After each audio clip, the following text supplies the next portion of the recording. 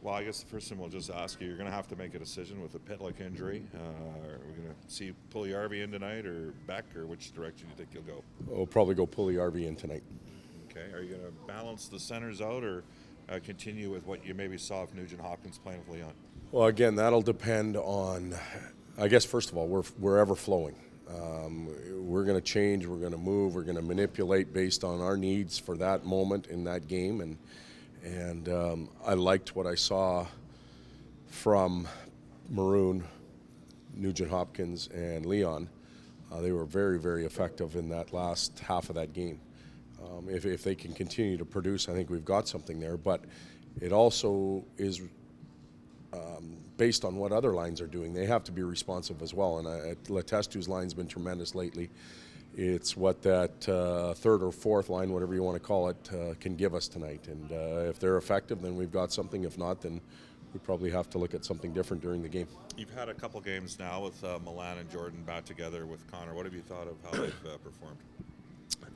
Well, they're first of all, they're facing the top checking units. We're on the road. They get the number one goaltender. They get the top pairs. So there's a lot of factors that go into their ability to have success. And I look at it as a combination as they're being checked and maybe not as offensive as they have been in the past. It's opening up ice time and ability for some others to score. Nuge is getting on the board.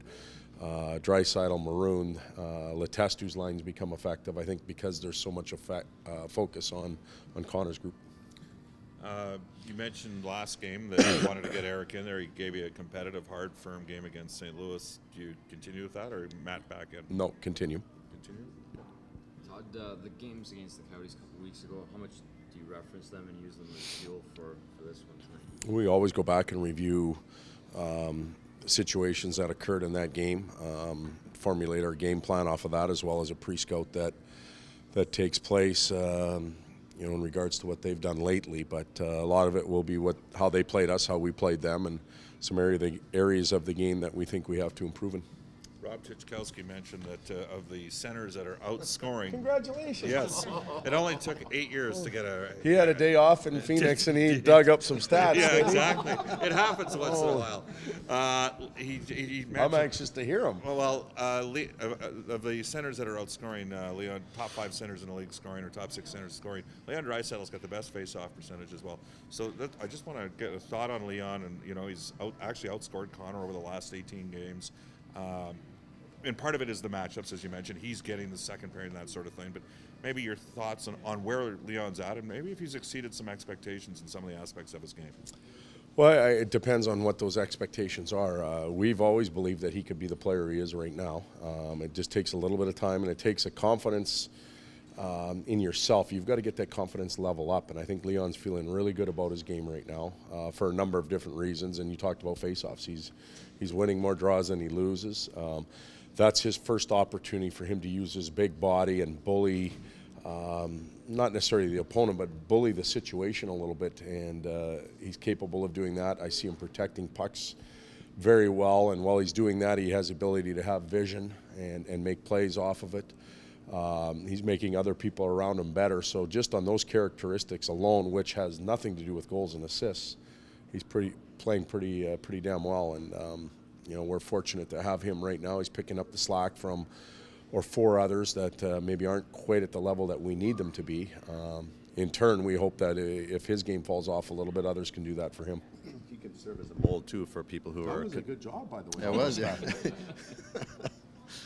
He can serve as a good mold because people who are concerned about Jesse can just say, hey, wait a second, if you're a little bit patient and you give the guy a year or so, then he can become that guy too. Yeah, and Jesse is an 18-year-old. He's performed well when he's been put in situations. His confidence is going to rise and fall as the year goes on, and the coaching staff's confidence in him will do that as well. But we think he is a tremendous player. We think he's only going to get better. We look at Leon's development path. A couple of years ago when he entered the league, and there was a lot of debate about, it's not working for this player. You're ruining him. You're doing that. You're doing this. Well, I would say right now Leon's answered those questions immensely. there's a lot of foundation work that has to go into a young player's evolution, and we've been able to do that to this point with Jesse and Edmonton, language, just traditions around the National League, the travel, the fatigue, the ability to work out, the systematic play, the relationship building with teammates and coaching. I can go on and on. Those are all falling into place, and eventually I think we'll see some real solid production from Yessi, similar to what a lot of those other young rookies are doing in the league, and we'll be talking about him like we are Leon. Well, you know what they say about all that. Hindsight's 50-50. It is 50-50, 20-20, 50-50, it all equals 1. Right, Drew?